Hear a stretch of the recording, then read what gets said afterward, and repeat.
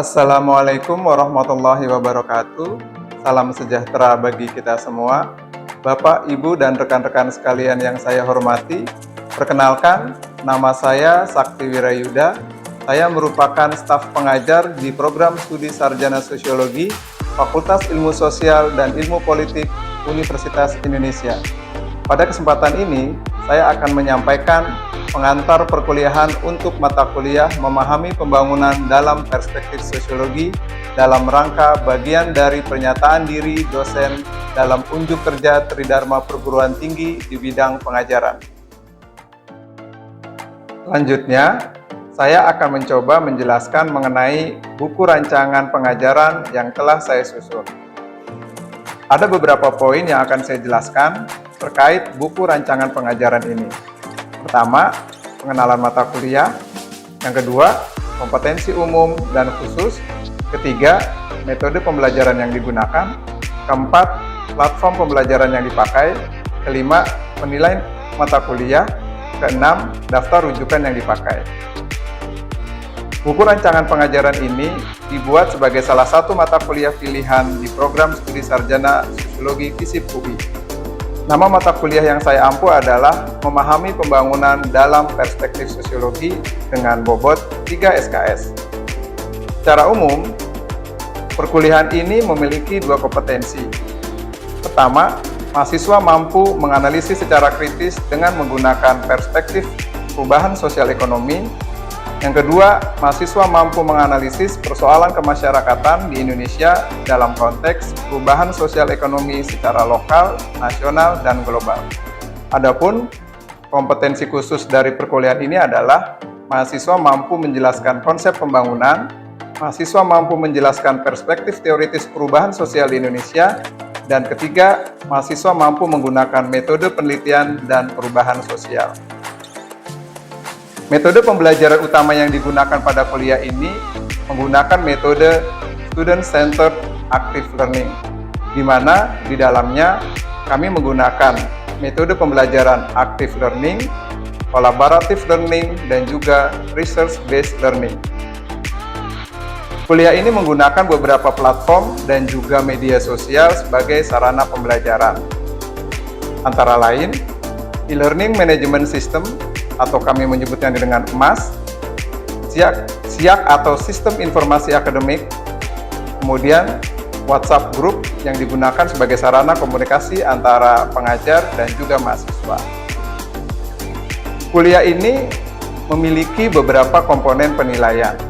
Paling tidak ada 5 komponen. Pertama, tes responsi sebanyak 20%, partisipasi mahasiswa sebanyak 10%, kemudian review materi perkuliahan sebanyak 20%, ujian tengah semester berbentuk esai sebanyak 25%, serta ujian akhir semester berupa makalah riset sebanyak 25%. Kuliah ini menggunakan beberapa daftar rujukan, antara lain beberapa buku seperti Society, State and Market, kemudian Perubahan Sosial dan Pembangunan di Indonesia, kemudian Dinamika Sumber Daya Alam, Negara Developmentalis dan Masyarakat, dan terakhir, Ethereum Paradox.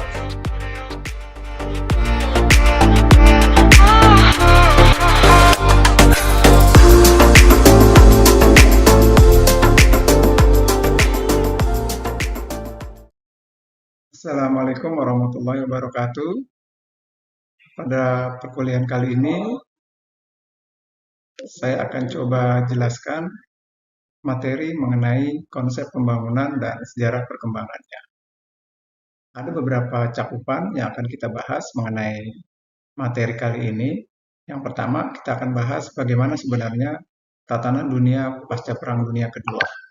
Yang kedua adalah apa sih yang dimaksud dengan konsep pembangunan.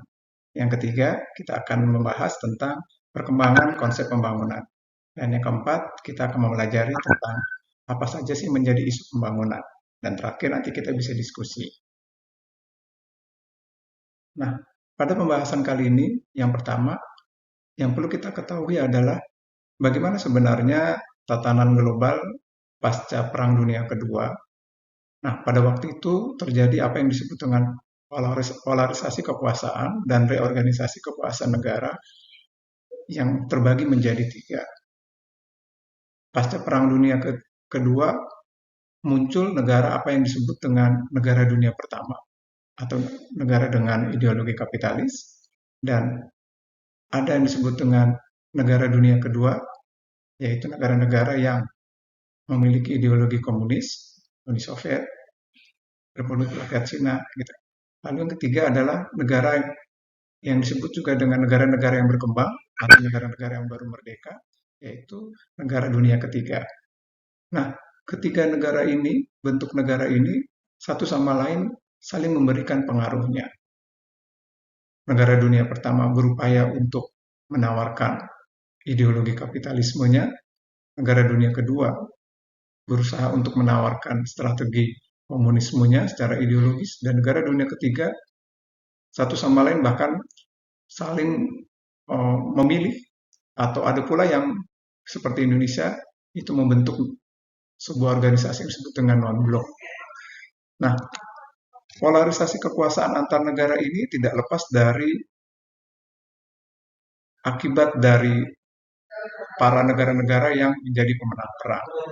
Dan disitulah muncul apa yang disebut dengan Bretton Woods, yaitu sebuah sistem yang diciptakan oleh salah satu ahli ekonomi yang bernama John Maynard Keynes, yang menawarkan bahwa dunia ini perlu direstrukturisasi pasca Perang Dunia, sehingga perlu adanya lembaga-lembaga internasional yang membantu negara-negara baru berkembang dan merdeka untuk memulihkan ekonomi, politik, dan kehidupan sosialnya. Maka muncullah apa yang disebut dengan lembaga-lembaga IMF, kemudian ada Bank Dunia atau World Bank, dan penggunaan mata uang dolar sebagai patokan transaksi di tingkat dunia. Nah, di posisi ini, ekonomi kapitalisme itu dianggap bisa berjalan dengan baik apabila melibatkan peran negara untuk mengontrol pasar. Sehingga implikasinya, salah satu strategi yang dikembangkan adalah dunia ini harus memiliki sebuah aturan main di dalam melakukan perdagangan internasional. Salah satunya adalah dengan membuat apa yang disebut dengan industri substitusi impor. Nah, implikasi dari tatanan ini, maka muncul apa yang disebut dengan konsep pembangunan. Kata pembangunan bisa dimaknai dengan kata benda netral, proses di mana usaha untuk meningkatkan kehidupan ekonomi, politik, budaya, infrastruktur, dan sebagainya. Tapi di sisi lain, pembangunan juga bisa dimaknai sebagai sebuah wacana pendirian paham ideologi atau paradigma di mana teori-teori tentang perubahan sosial itu berkembang dan dinamikanya itu memengaruhi kehidupan bermasyarakat dan bernegara. Konsep pembangunan yang berkembang ini pada akhirnya juga secara teoretik menumbuhkan atau memicu munculnya perkembangan perspektif apa yang disebut dengan perspektif konsep pembangunan. Ada tiga konsep yang berkembang, yaitu perspektif tentang modernisasi, perspektif tentang dependensia atau ketergantungan, atau orang sering menyebutnya dengan perspektif ketimpangan, dan ketiga adalah perspektif sistem dunia. Nah, ketiga konsep atau perspektif pembangunan yang digunakan ini itu memiliki berbagai macam ciri yang nanti secara detail sebenarnya ini akan dibahas pada perkuliahan berikutnya. Tetapi perkembangan konsep ini tidak lepas dari kritik dan juga masukan yang diberikan. Jadi teori-teori dasar tentang pembangunan itu dikritik oleh teori ketergantungan dikritik oleh teori sistem dunia, dan masing-masing dari teori itu juga memperbaiki teorinya masing-masing, sehingga memunculkan ketiga perspektif ini. Tetapi yang perlu dipahami adalah ketiga perspektif ini di dalamnya terdapat berbagai macam landasan-landasan teori yang berkembang dari disiplin ilmu. Misalnya teori modernisasi yang dikembangkan oleh disiplin ilmu ekonomi, disiplin ilmu politik, sosiologi, dan disiplin ilmu lainnya. Nah, terakhir, perkembangan konsep pembangunan itu tidak lepas juga dengan isu-isu terkini tentang pembangunan, di mana terjadi sebuah upaya untuk mengukur bagaimana kemajuan dari pembangunan yang ada di berbagai negara di dunia.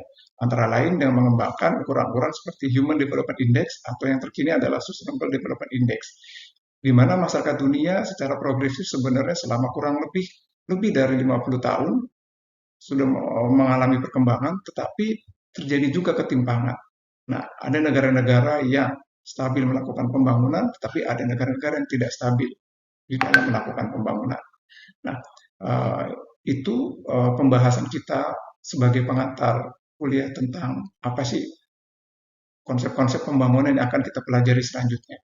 Demikian, terima kasih. Wassalamualaikum warahmatullahi wabarakatuh.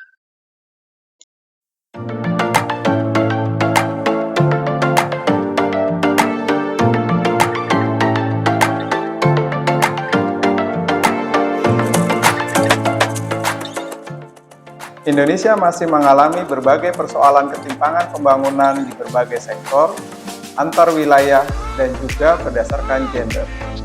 Oleh karena itu, materi kuliah memahami pembangunan dalam perspektif sosiologi diharapkan dapat memberikan salah satu alternatif analisis sekaligus kritik terhadap proses pembangunan yang terjadi di Indonesia.